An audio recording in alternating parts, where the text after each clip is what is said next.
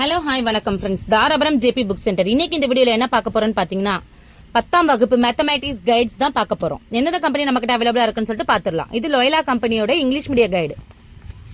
இதோட பிரைஸ் வந்து பார்த்தீங்கன்னா 300 வருது.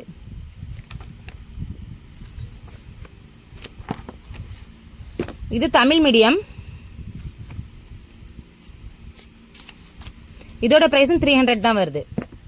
இது way to success English medium guide. Tamil medium இப்போதைக்கு அவைலபிளா இல்லை, ரீஸ்டாக் ஆகிடும்.